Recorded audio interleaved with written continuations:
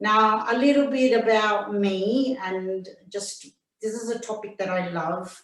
I can talk about this endlessly. I've been on the search for how does this mind work, and how does this body work, and how does it work together, and how do you get into synchronicity, and how is it free, and why do some people get sick and others don't? And I believe that there's a lot of stuff that it just has to all work together. So it can be, some people will say, I'm incredible, you know, I have a friend of mine that was incredibly healthy, ran endlessly, just always was the fit one. You know, even at high school, at 15 years old, she was getting up at 5 in the morning and going for a run before she came to high school. And you're like, you're mad. And yet, a couple of years ago, she was diagnosed with breast cancer. And we just thought, what the hell? So my belief is, and of course, I'm no expert here, but just in having read so many books and practicing yoga and meditation, I do believe that there's the food, everything that comes in, but I also believe what happens up here, because if it's not in synchronicity, I think it can easily go out of sync. And that's my personal philosophy on that. So when we come to wellness, what is it? I've just sort of said, I believe it's about the mind and the body and how well this whole thing works. There's a yogi that I love, Sadhguru, and he says that our body is our human body is the most sophisticated machine on the planet. He says, but has anyone read the user's manual? And of course, we don't know. And you can read a book that says eat just protein, you can read a book that says don't eat that, and you can read. So in the end, I think it's about making it work for you and just, going with so some of the practices I'm going to incorporate. So I didn't want this to be just about me speaking, because I'm going to try and make this about 20 minutes long. I'm going to ask you to participate in some of the exercises. So please keep an open mind, and if you're embarrassed, I'm not going to ask you to do anything too radical, turn off your screens. But I just think that as Muriel's mentioned, and as we know the situation we're in, one thing that we are in grief about, and one thing that has shocked us, is that this whole situation has showed us that we really can't control what's happening out there. You know, because we want to believe that we can control it and we can manipulate it. And this whole year has just shown us that what's out there, we have no control. I mean, you can't almost make a plan for tomorrow because you don't know. And so what I believe is that if you work on inside out, at least you can control the way you react to all this stuff.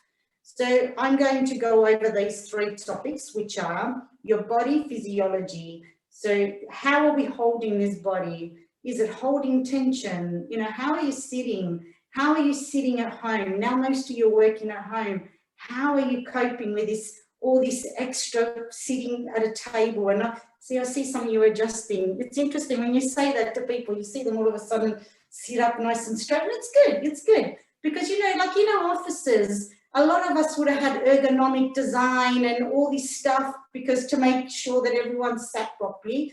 And I bet you now most of us are like slouched over the kitchen table. I mean, I've got one of these, BackJoy, which helps you forces you to sit upright. But I'm not trying to promote it at all, but I'm just saying this helps. But also, mostly it's about just being conscious. How are you sat? How are you hunching over? So we do an exercise for that. But then I'm going to talk about a breath exercise, and it's a diaphragm breath.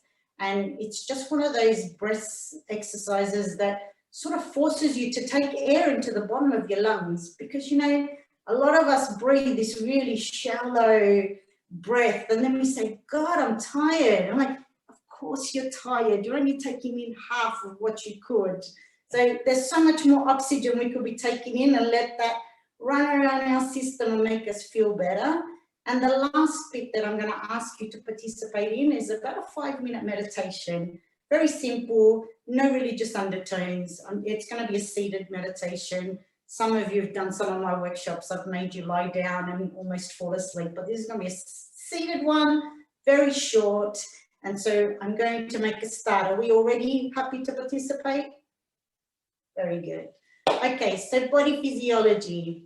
Now, I went to a Tony Robbins event, and, you know, if anyone knows Tony Robbins, he's like one of these American gurus that just jumps, and he's always talking about, well, how you're holding your body. So I'm not going to scream at you, but just I want to really make you mindful of how are you sat. So right now, like, how are your shoulders? Let's just roll one shoulder and the other shoulder. I bet you they're quite tight, right? And I bet you a lot of the times they're like that all day. So like just bring two together, backwards and maybe forwards. And so shrug them all the way up, up, up, up. Ah, let them go. Up, up, up, up, up. Ah, let them go. Up, up, up, up. Let them go. So when you're like sat at your desk, be a kid, you know, sometimes maybe sway a bit and just, you know, let it all out and let it just, oh, you know, we can do a little bit of stretches, side and then side, oh, shake it, shake it, shake it, shake it, shake it, shake it, shake it. Very good. Now that's an incredibly simple exercise that you can just do. Just lunchtime when you take a break, think, gee, my shoulders are tight. Oh, let me release some of that tension. And they sound incredibly simple, but this is the thing. This stuff doesn't have to be complicated. This is my whole point. I really want you all to make yourself aware that this stuff doesn't have to be complicated. Righty, exercise 2. This is called a diaphragm breath. So as I was saying, we've got lungs that go all the way down to here, and they're big. They're these big pouches, and we don't use the bottom half of it. Most of us just, maybe if you go to the gym and you're really working hard, you'll take a deep breath. But a lot of people, when they take this really deep breath, they start to cough because your lungs are not used to taking that amount of oxygen in. So my aim is to just, we sit nice and straight, of course, and we're just going to imagine, so your sternum is just here, just at the middle of your breastbone there. And you're just going to imagine that there's a piece of cord, and this cord's just pulling up your sternum. So that's just this visual aid to just sort of help you stay nice and straight. And I'll talk you through, and then we'll do a practice run. So your diaphragm is a muscle that sits at the bottom of your, just underneath your lungs here. And you're trying to just imagine that this muscle is pulling down, and that gives your lungs room to open up. Because like I said, a lot of us are not used to this bottom part of our lungs opening up. So I'll just go through it and try and give you a visual idea. But what I'm aiming to do is to take a breath in. And normally, obviously, we have to breathe through our nose, but we feel the air and we feel it pulling this way and down.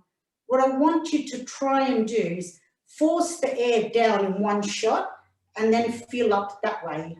So you're kind of trying to, it's counterintuitive, but you're trying to take the air in one big breath all the way down. So you're pulling down and just visualizing this, that the air is going to the bottom of your lungs rather than just slowly down. And then when we breathe out, we're pushing from the bottom again, up and out.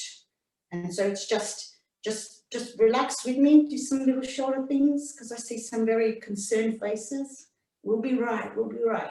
Okay, so when you're ready, we're gonna take a deep breath in and just imagine the lungs and your sternum, everything's just, diaphragm's coming down. So just one big breath and feel up that way from the bottom up. Okay, and then now let it go from the bottom out, and then feel it release out that way. So one more, bottom all the way up, and then your diaphragm in. One more.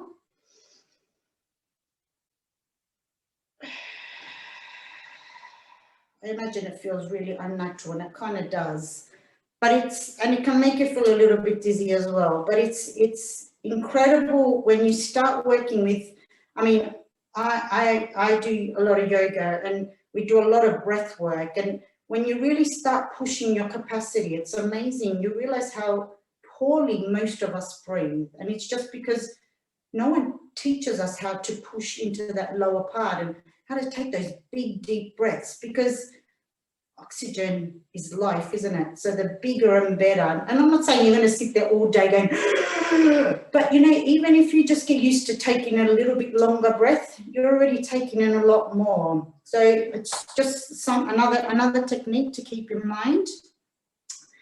How are we? We all okay still? You all with me? Very good. So the last one, I'm going to ask you to participate in a little meditation. So this one is just about relaxing into the seat or wherever you are, preferably sat down if you can, Meryl, thank you. And I'm going to talk you through it. And if you can, just close your eyes if you're comfortable, because the extra, just closing your eyes just gives you a bit more focus. And I'll talk you through it. And so with talking through it, it'll give your mind something to do. And I know a lot of people say, I can't meditate and I don't know how to meditate. And I just want to show you that potentially it can be pretty easy. That's my belief. And then you can obviously give me your opinions after. So if you're ready, my beautiful people, if you're happy to give it a go, we can make a start with this meditation, which will be about 5 minutes long. Are we all okay with that? Perfect. Okay, so now that we're here, I'm going to ask you to close your eyes and just be present. So right now, it's just me and you, and we're just having a conversation. We're just going to be here in the moment. And whatever happened today, it's in the past. And whatever's going to happen after is in the future. So we're just in this moment. So just a few nice slow breaths. Just a few slow breaths in and a few slow breaths out. Just stay with this moment. Just a few beautiful slow breaths in and slow breaths out. So I'm going to draw your attention to your feet. Now I'd like you to feel your feet on the ground. And with those feet, I'm going to ask you now to tense them up. Feel every muscle in those feet tense up.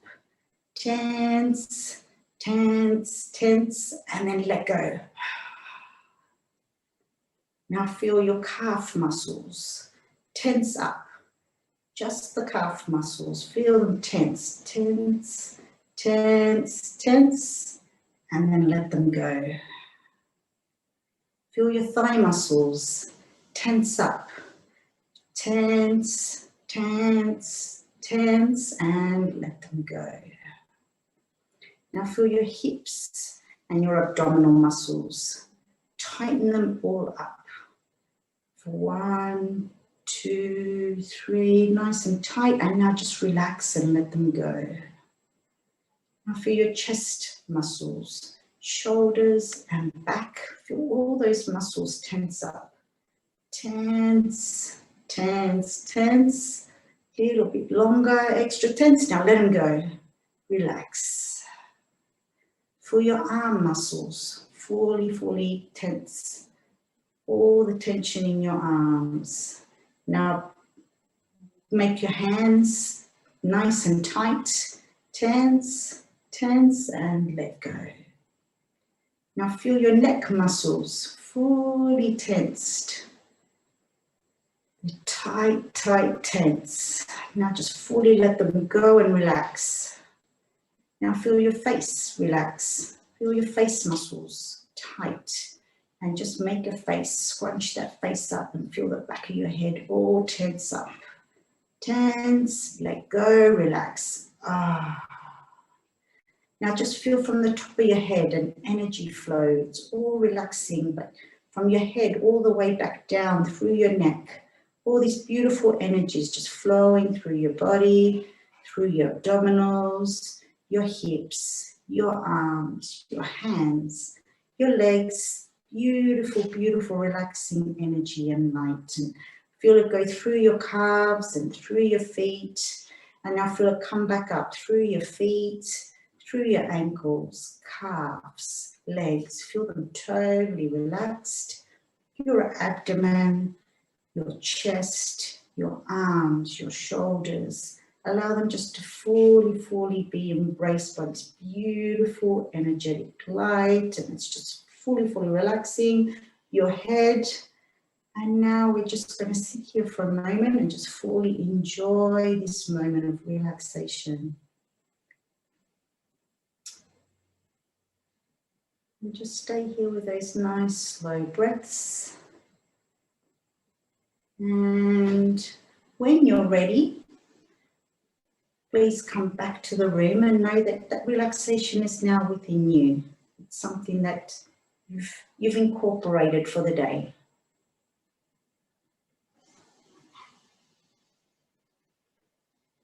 How are we feeling?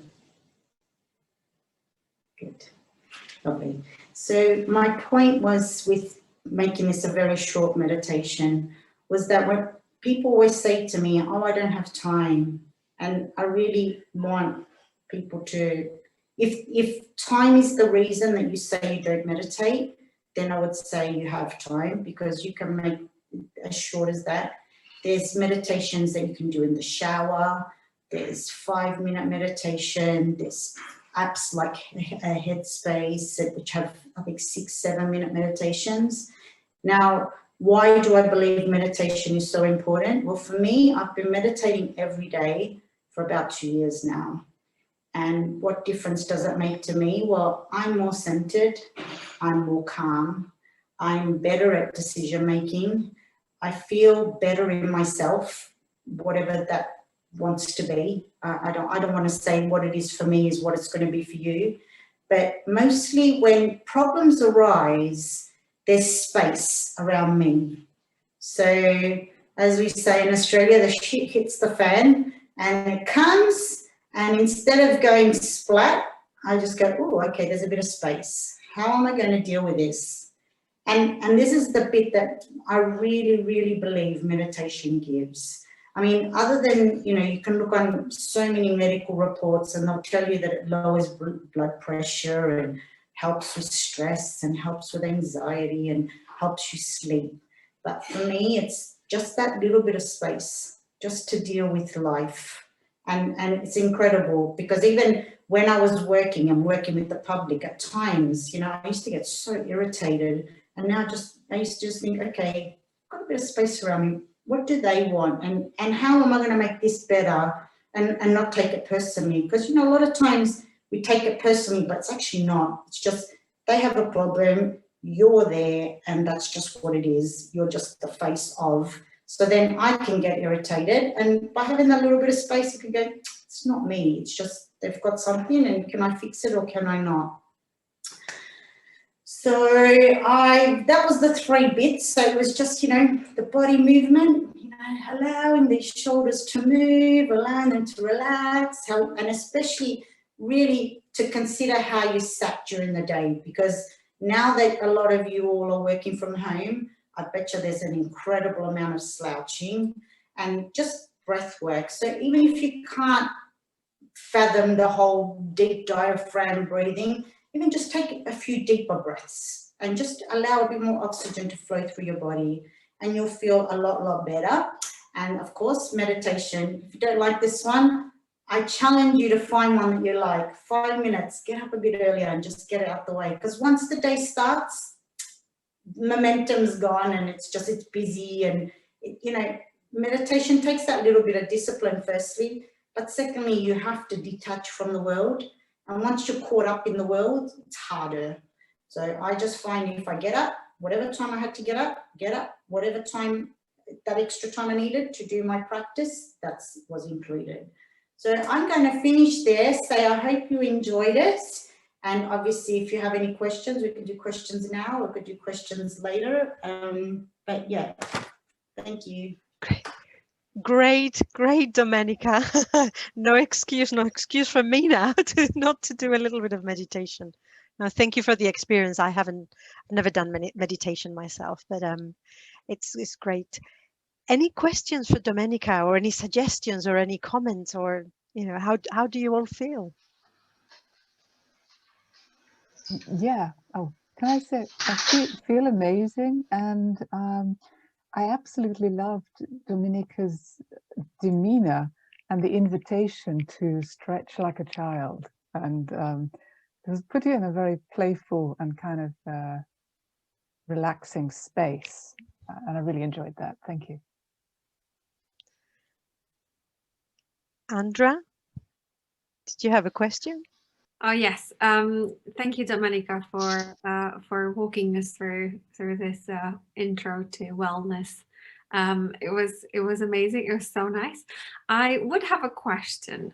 So you mentioned Headspace, and I've been using it. I've used also Calm, and I never know. Headspace also talks about these Harvard studies and how meditation over at least a period of 2 months every day is associated with increases in the region of the brain associated with creativity and memory, and it's all great. But is there a particular, a recommended duration, or and also time in the day when it would be best? Or when it's most efficient, when it would be most beneficial for the brain or for us? I'm not going to say I'm a neuroscientist and I understand the brain stuff as much as because I don't want to make false claims. But what I will say, as far as timing goes, I would definitely recommend the morning, because there are some mornings that I very rarely don't do it.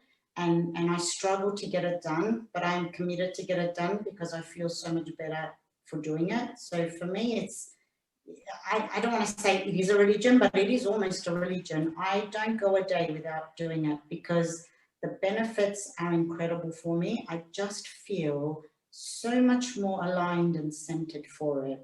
So the yoga that I actually do myself is through Isha Yoga Center. And that's the founder is Sadhguru, and it's about very much yoga based. So there's things that, so it's a 21-minute program. So to answer your question, the best time, mine is a 21-minute, but most of the exercises within it are about 6 minutes. So at the end, there's a 5-minute meditation, and he's incredible at understanding. We're talking about thousands of years of yoga understanding. So I don't know the full understanding of it. So 5 minutes is a meditation where you just sit with your hands like that. It is at the end, and it's about just focusing on between your eyebrows and just watching the breath. And it's that. And so there are days when I'm agitated or something's up and I know I've got a big day ahead, and those days that I struggle to get and do the meditation are the days that I need it the most, and the days I always feel better after it. So some people think that you're going to feel like you're walking on clouds, or some days for me it's just about rebalancing and feeling normal. Some days I feel incredibly blissful, and other days I just feel neutral. So it kind of like regulates itself. But with the yoga that I do as well, with this course that I've done, I mean, there's Pranayama Breathing, so that's the alternative nostril breathing. There's Om chanting involved in that. And there's also a 3-minute of like fluttering the breath. So it's just a nose breath. So it's literally, which is incredibly difficult to learn to do, but you eventually learn how to do that. So that's about creating energy and heat in the system, which they say increases your immune system, etc. But again, I'm only telling you what I've been told, but I don't actually know the science or any of that behind. So I hope I've answered your question. But it's just the morning, get it out the way and make it a daily thing. Because once the day starts, even for me who's committed, it's hard, really a lot harder to sort of get yourself on a meditation mat and close the day off, because you've got the momentum of the day already started. Inka, did you have your hand up? Yes. Yes, I wanted to ask you a question. What made you decide to start doing yoga 2 years ago? Because you're selling these as a kind of long-term changes in your life, right? Which is quite interesting. So when Muriel talked about grief, I got divorced and my dad died within a year, and it was an incredibly traumatic divorce. I mean, just the tension and it was just incredible.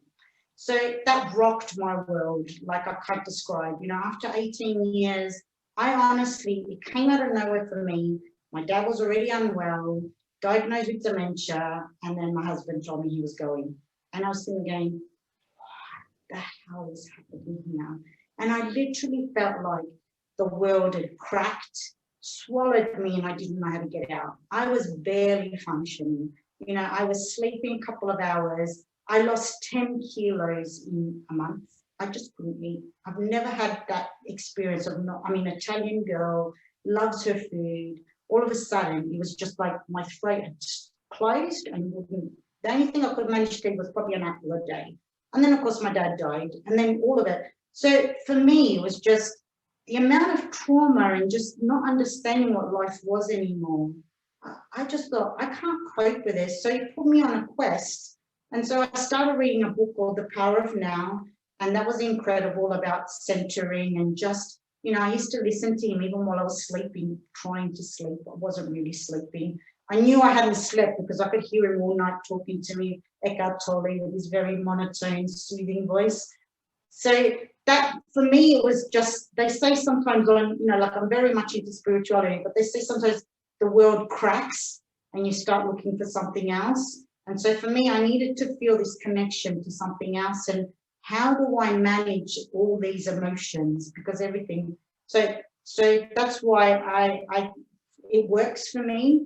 And I just almost instantly felt a lot better. So it's not even a question now of whether I do it. Like I said, I just do it because I know that for me it works. So I hope I answered your question. It was very long, sorry. Thank you. No, thank you. Thank you very much, Domenica. I wanted to add something to what Domenica said. If you want to know a bit more about mindfulness, one of the guys who I've been very fortunate to study under and I've met at a couple of conferences is a really amazing man. So he's a professor, and his name is Itai Itzvan. So it's Itai, so I-T-A-I, I-T-Z-V-A-N, and he's got a book called Awareness is Freedom, but he's also got a TED Talk and various other things on YouTube. And he's an incredible guy, and he talks about mindfulness, and he talks about positivity and linking the two together. And he's such an enthusiastic speaker, and he'll give you a great introduction to mindfulness. Perfect. Thank you. Thank you. I was going to just finish add as well on the yoga, because I've done yoga for 18 years, Domenica, and I was going to ask you how long do you think it takes before you see the effects? So you talked about your 2 years. I can say that it's an amazing experience. I do it once a week only, but yeah, it takes a long time to really get into the rhythm, and it's, you know, I'm hoping to practice for the next 50 years, but yeah. So my daily practice is 2 practices. So through, like I've mentioned, the Isha Yoga Center, one course that I do, the one with the Pranayama Breathing, the meditation, etc., that's called Inner Engineering. So that's about just working on your inner emotions and breath work, etc., meditation. The other one that I've done is called Surya Kriya, which means salute to the sun, more or less. And it's about creating sun energy within you and creating, boosting your immune system, etc. So it's a very hatha yoga style, you know, like your downward dogs and your, your salute to the sun and stuff. So it's very basic. If anyone's into yoga, hatha yoga was, one of the origins. Is very gentle. So there's a 21 pose that you get taught how to do. So I do that in the morning. The hatha yoga first. There's a little meditation that goes with that, where you lay down and you visualize all these energetic points within you, activating those, and then you move on to the inner engineering one. So how long does it take? I mean, listen, Muriel, I'm still not very flexible. So and they say within doing yoga that it's better to do it the best you can within your capability than to injure yourself. Or, for instance, I can just touch my toes, which horrifies me still. I used to go to the yoga center, got the hands on the floor and they're jumping back. I'm like, damn. But they don't want you bending your knees and they don't want you injuring yourself. So you have to work within your capabilities. And I've always been incredibly not flexible. And so I'm better. And that's 2 years every day, but it's still not great. So I think it doesn't matter. because even that hatha yoga that I do keeps my back nice and stretched, and so that's about, and Sadhguru talks more about the yoga is about your tendons more than your muscles, because he says your tendons hold together everything. So he says if you keep the tendons strong, you tend to have less injury, because, you know, you think your knees and everything go because it's all the ligaments and stuff. So I hope I've answered your question. Anyone else? That's it? Thank you. Thank you, Domenica.